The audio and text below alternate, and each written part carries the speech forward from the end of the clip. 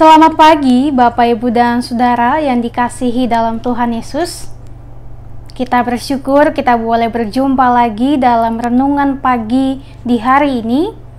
Kita yakin dan percaya ini semua adalah karena kuasa Tuhan yang senantiasa menuntun kehidupan kita hari lepas harinya.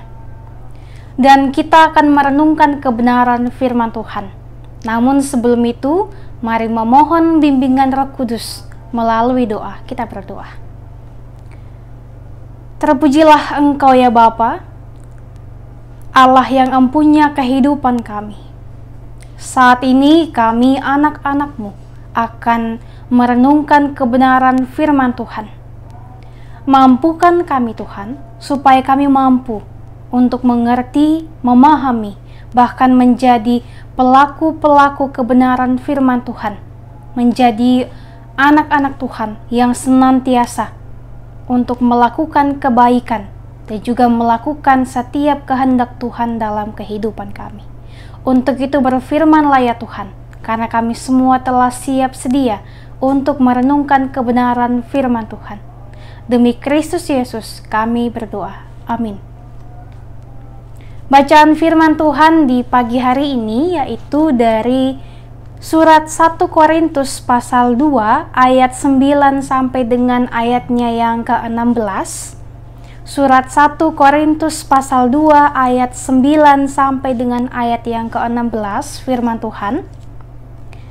Tetapi seperti ada tertulis, apa yang tidak pernah dilihat oleh mata dan tidak pernah didengar oleh telinga, dan yang tidak pernah timbul di dalam hati manusia, semua yang disediakan Allah untuk mereka yang mengasihi Dia. Karena kepada kita Allah telah menyatakan oleh Roh, sebab Roh menyelidiki segala sesuatu, bahkan hal-hal yang tersembunyi dalam diri Allah. Siapa gerangan di antara manusia yang tahu apa yang terdapat di dalam diri manusia selain roh manusia sendiri yang ada di dalam dia?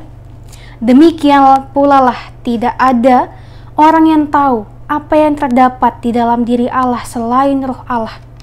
Kita tidak menerima roh dunia, tetapi roh yang berasal dari Allah, supaya kita tahu apa yang dikaruniakan Allah kepada kita. Dan karena kami menafsirkan hal-hal rohani kepada mereka yang mempunyai roh, kami berkata-kata tentang karunia-karunia Allah dengan perkataan yang bukan diajarkan kepada kami oleh hikmat manusia, tetapi oleh roh. Tetapi manusia duniawi tidak menerima apa yang berasal dari roh Allah, karena hal itu baginya adalah suatu kebodohan, dan ia tidak dapat memahaminya. Sebab hal itu hanya dapat dinilai secara rohani. Tetapi manusia rohani menilai segala sesuatu, tetapi ia sendiri tidak dinilai oleh orang lain. Sebab siapakah yang mengetahui pikiran Tuhan, sehingga ia dapat menasihati dia? Tetapi kami memiliki pikiran Kristus. Demikian pembacaan Alkitab pagi hari ini. Terpujilah Kristus, haleluya. Selamat pagi Bapak, Ibu, dan Saudara yang dikasihi dan juga diberkati di dalam Tuhan. Bersyukur bahwa pagi hari ini kita masih diberikan kekuatan, kesehatan untuk dapat bangun, untuk melakukan segenap aktivitas dan juga rencana-rencana yang telah kita rencanakan bagi kehidupan kita di hari ini. Pada pagi ini pun kita akan merenungkan kebenaran firman Tuhan sebagai tanda syukur kita dan juga sebagai pedoman kita untuk menjalankan hari ini, supaya apa yang kita jalankan di hari ini boleh berkenan di mata Tuhan. Nah Bapak, Ibu, dan Saudaraku yang dikasihi Tuhan, masih banyak sekali umat manusia yang telah percaya kepada Kristus, tetapi mereka masih belum memiliki pikiran Kristus. Tidak sedikit orang yang telah menerima keselamatan, tetapi masih berusaha untuk mendapatkan keselamatan itu dengan kekuatannya sendiri.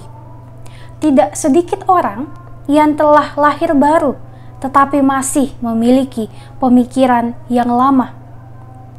Nah, sebagai orang yang sudah diselamatkan oleh Tuhan Yesus, sebagai orang yang telah hidup di dalam Kristus, kita harus memiliki yang namanya hikmat. Sebab dari hikmat kita dapat dituntun untuk mengerti dan juga memahami kehendak Tuhan dalam kehidupan kita.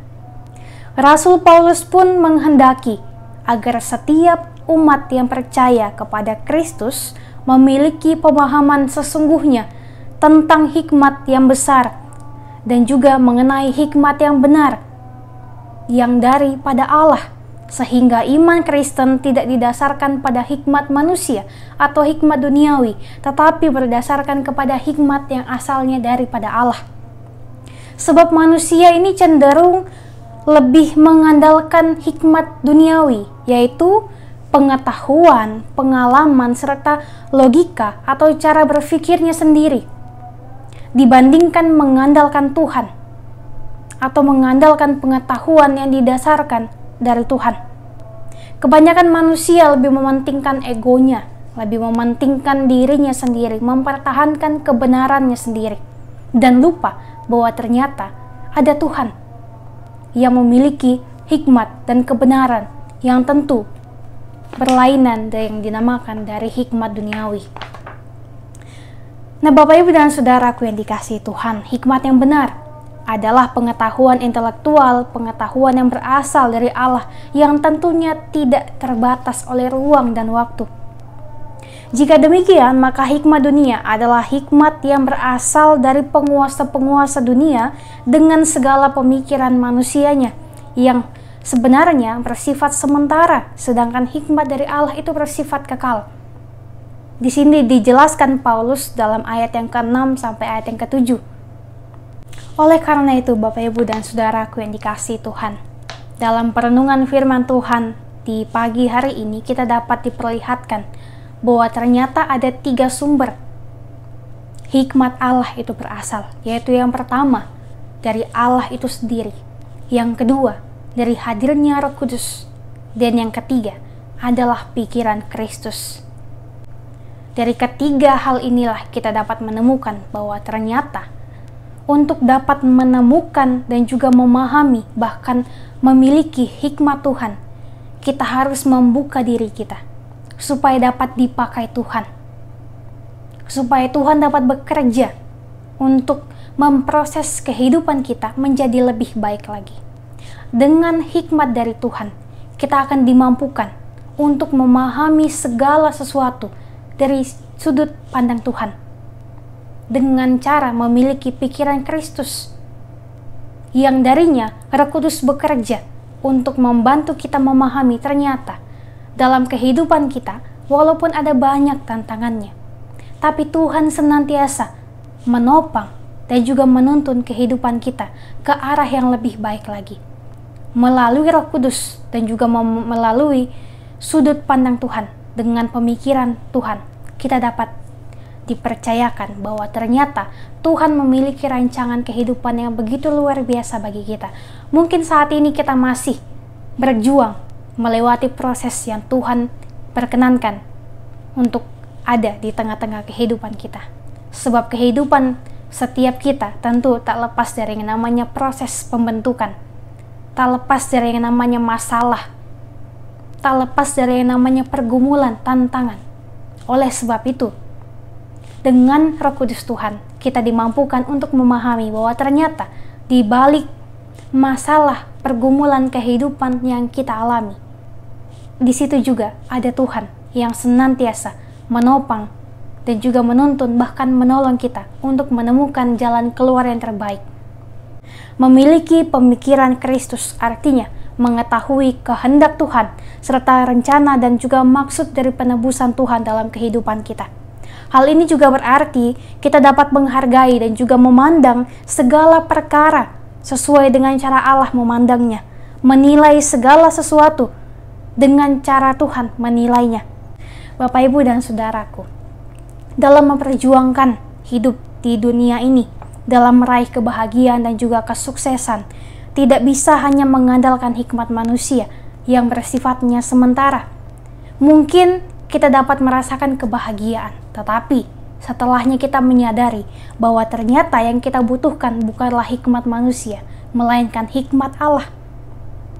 Kita membutuhkan hikmat Allah, jika tidak, kita hanya akan menjumpai dan juga menerima kualitas hidup yang kadaluarsa, penyusutan ataupun ketinggalan zaman, karena demikianlah adanya kemampuan hikmat manusia yang hanya sementara.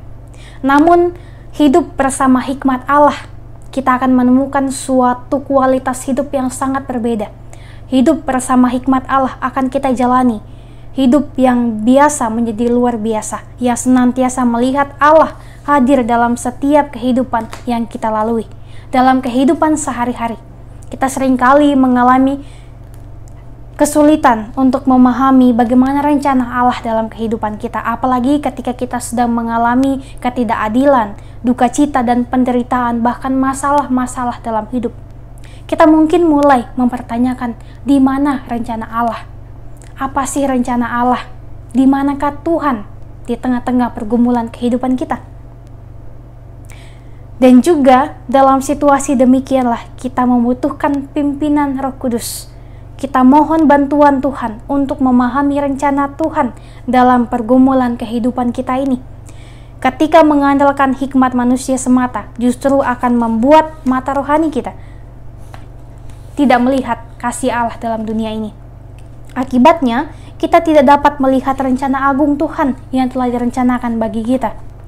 Sebaliknya, jika kita bersandar pada hikmat Tuhan, maka tentu kita akan memperoleh kelegaan yang asalnya daripada Dia.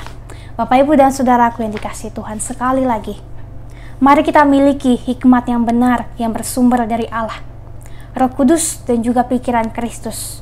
Hanya hikmat Allah yang dapat mengetahui hal-hal rahasia dan tersembunyi pada Allah melalui Roh Kudus yang mewujudkan pikiran Kristus yang terjadi dalam hidup dan juga tujuan yang kita miliki, dan semuanya tentu bertujuan untuk memuliakan nama Tuhan. Terpujilah Kristus. Amin. Bapak, Ibu, dan saudaraku, mari berdoa. Terpujilah Engkau Allah, sumber hikmat, sumber pengetahuan, sumber kehidupan kami. Kami bersyukur bahwa kami memiliki Engkau sebagai Allah kami. Dan pada saat ini kami boleh merenungkan kebenaran firman-Mu di pagi hari yang indah ini. Kami percaya Tuhan, bahwa ketika kami boleh mengandalkan hikmat Tuhan dalam kehidupan ini, maka kami akan beroleh yang namanya kelegaan. Kami akan senantiasa percaya pada kuasa Tuhan yang akan selalu menuntun dan juga menyertai kehidupan kami. Untuk itu kami berterima kasih atas segenap penyertaan Tuhan yang begitu luar biasa bagi kehidupan kami. Saat ini ya Bapa, kami mau menyerahkan kehidupan kami di hari ini, ketika kami akan beraktivitas, melakukan berbagai pekerjaan, pendidikan, usaha, dan aktivitas kami di hari ini. Mampukan kami, supaya kami selalu mengandalkan hikmat Tuhan, supaya kami selalu mau membuka hati, pikiran, bahkan menyerahkan seluruh kehidupan kami untuk dikuasai oleh Tuhan, sehingga kami mampu menyatakan kebaikan, kasih kepada semua orang tanpa terkecuali. Berkati senantiasa kehidupan pribadi, berkeluarga kami Tuhan. Layakan kami untuk senantiasa melakukan yang terbaik untuk kemuliaan akan nama Tuhan. Kami serahkan hidup dan kehidupan kami di hari ini untuk kemuliaan akan nama Tuhan, dan juga untuk Tuhan pakai menjadi berkat, menjadi terang, menjadi pembawa damai dimanapun kami boleh berada. Ini kami Tuhan, ini syukur kami, ini mohon hati kami. Dengar dan sambutlah kami. Karena doa ini hanya kami bawa dalam nama Tuhan Yesus yang adalah Tuhan dan Juru Selamat kami yang hidup. Amin. Demikianlah perenungan firman Tuhan di pagi hari ini. Sampai jumpa di perenungan-perenungan selanjutnya. Selamat beraktivitas, tetap jaga kesehatan. Tuhan berkati kita sekalian.